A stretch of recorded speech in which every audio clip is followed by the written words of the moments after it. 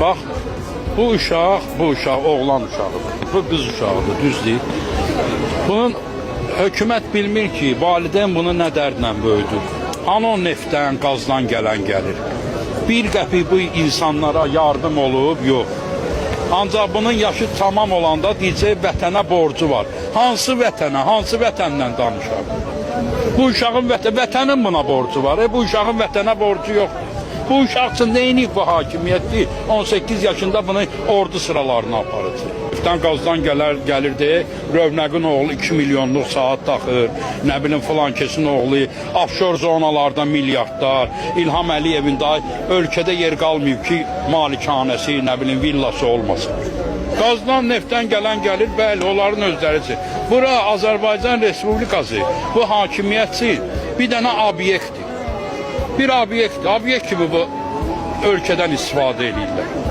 Çox qutardı getdi. 30 ildə bu hakimiyyətdən heç nə gözləmir. Əgər 30 ildə insanların yaşayışı uğrunda, insanların bir xoş yaşayışı üçün əgər bu hakimiyyət heç nə eləməyibsə, heç bundan sonra da heç nə eləməyəcək. Bu hakimiyyətin bir yolu var ki, üzü sulu çıxsın, geçsin.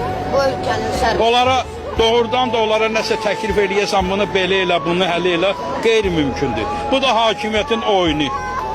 Dünya şöhrətli alim Qubad İbadoğlu'nun içəri basır. Saxta ittihamlarla. Bu hakimiyyətdən nə gözləyirsən? Nə gözləyəsən də bu hakimiyyətdən? Bütün xarici dövlətlər bu insanı müdafiə edir, bu insana ehtiyacı var, bir iqtisadçı alim kimi. Ancaq İlham Əliyev onu içəri basır. Niyə? Çünki sərf eləmir ona, iqtisadiyyatı qaldırar. İlham Əliyev yaxşı prezident olsa, yaxşı dövlət başçısı olsa, Qubad bəy kimi o qədər xaricdə alimlərimiz var ki, onları birin sağında əyləşdirər, birin solunda. Prezident deyirsə ki, ya neftdən, qazdan gələn pullar xalqa xərcləyir. Xalqın bir nümayəndəsi mən. 35 il işləmişəm, ali savadlı adamam. Nə mənə pensiya vermir, nə bir şey. 2018-ci ildən 5 ildir mənə işdən də azad eləyiblər. Nə yardım ala bilirəm, nə heç bir şey ala bilmirəm. Bu yalandan deməklə deyil ki, qazın, neftin xalqın arasında bir.